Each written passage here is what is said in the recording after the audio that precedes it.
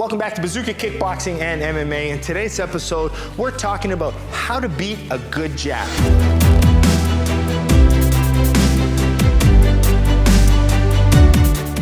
All right, let's talk about beating a good jab.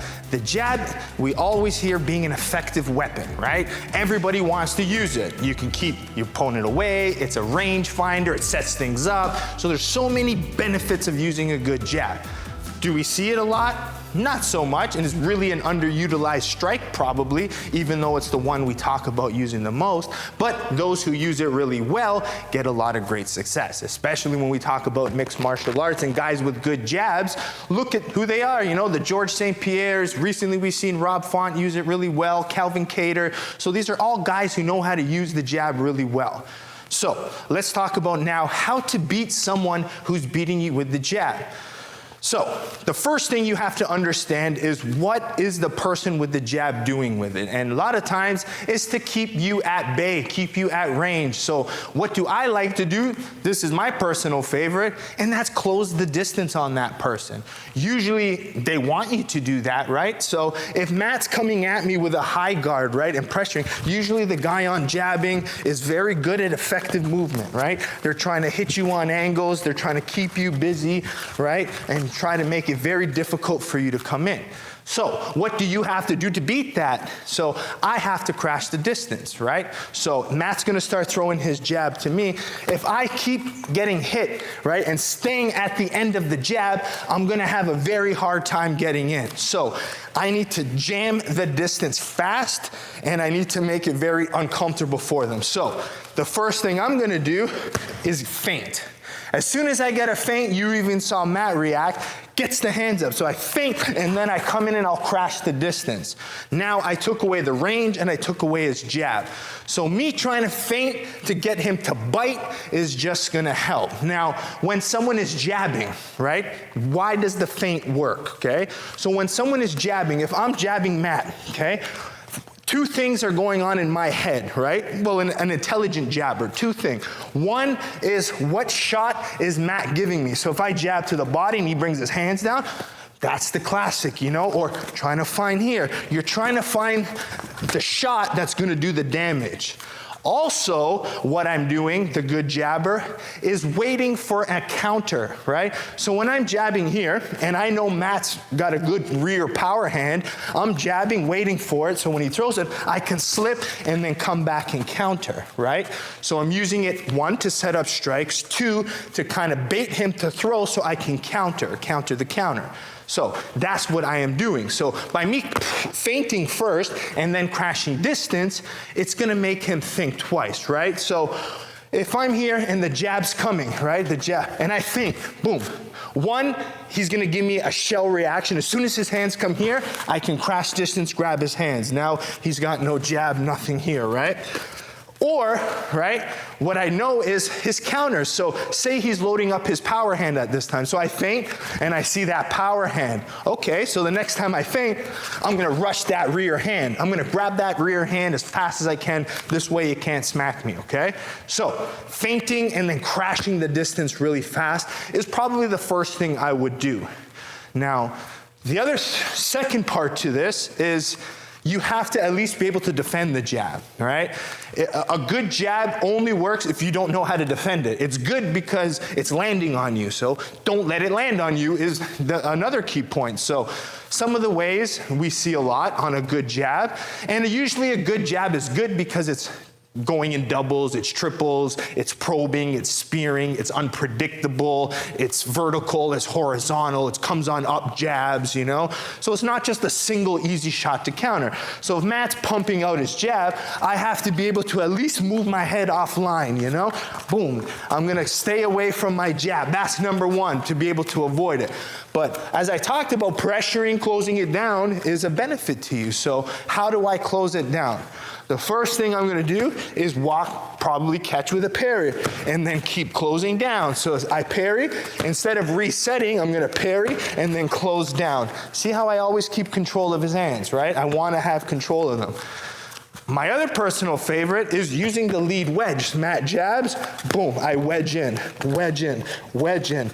By leaving this little wedge, see, when Matt punches me now, it slides up my wedge as I come in. So boom, right? I can punch and still work on getting inside. So the lead wedge really helps. So if I don't know where it's coming and Matt's pumping this jab, I'm gonna keep here.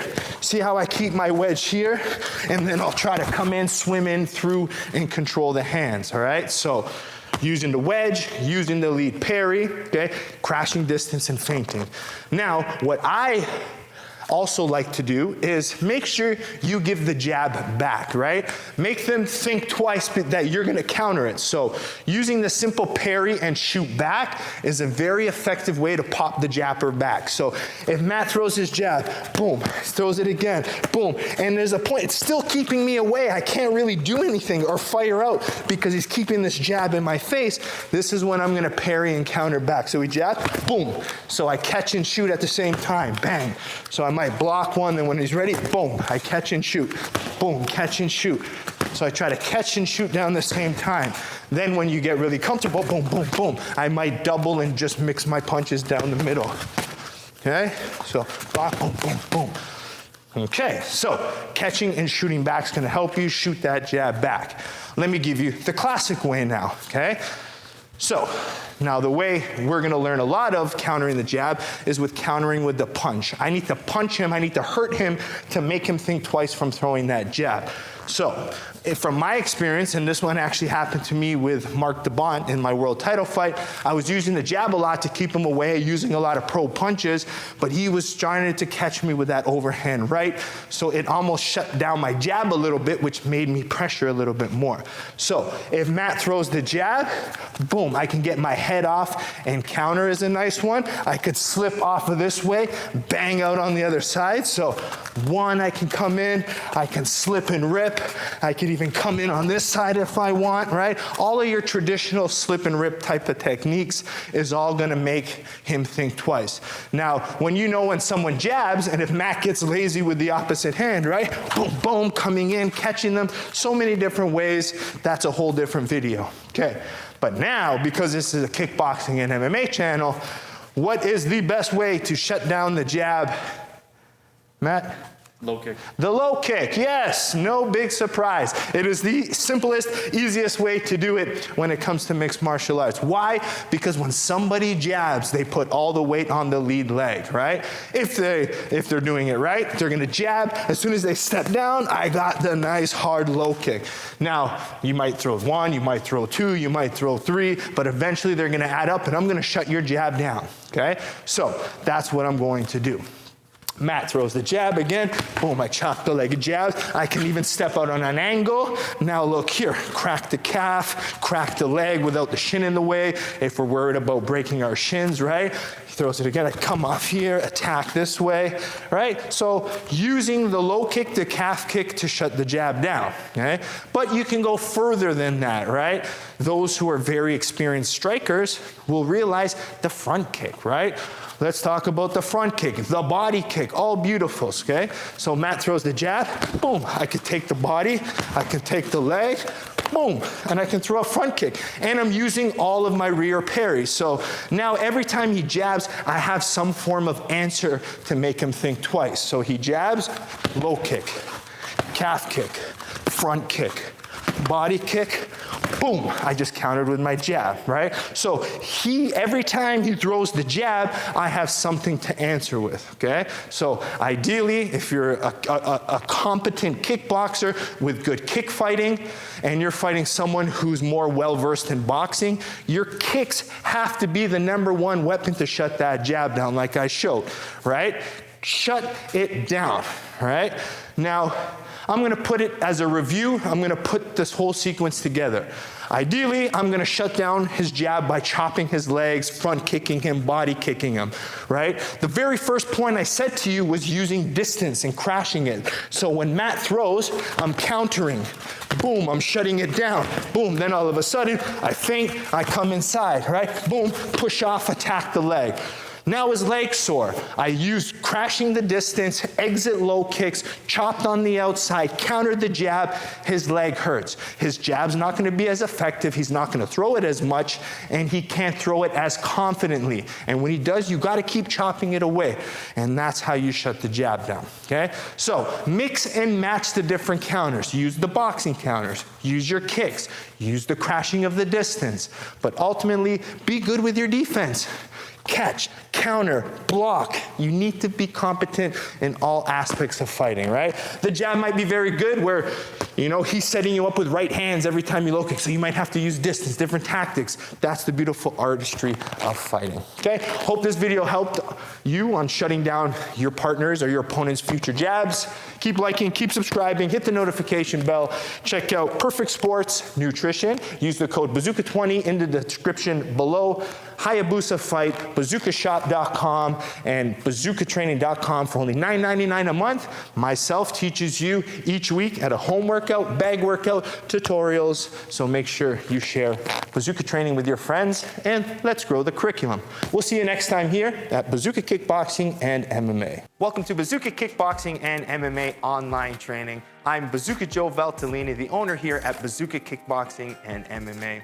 Over the past year, I've designed and created a website to teach Bazooka curriculum at home and across the world.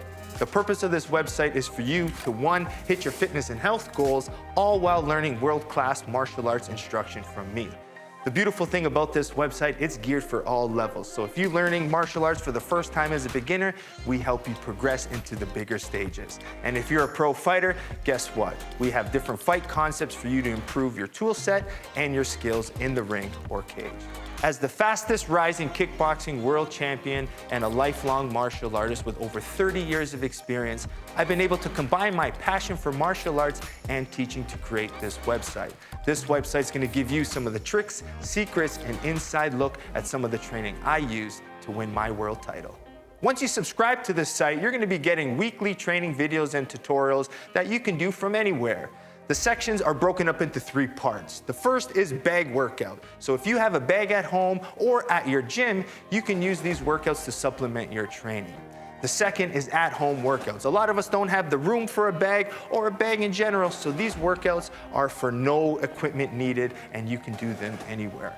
And finally, the tutorial section. If you're having any problems with a specific technique or fight concept that's covered in any of the workouts, go to the tutorial section, learn the technique, and then go back to the workout, and this time, do it with proper technique. One of the added benefits once you subscribe is the forums section, where you can get a more personalized experience where you can ask questions and I'll be able to go in there and answer them. It's all about building a team and a community of martial artists helping each other grow. So subscribe now to get access to all the videos plus more so you can be part of the squad here at Bazooka Kickboxing and MMA.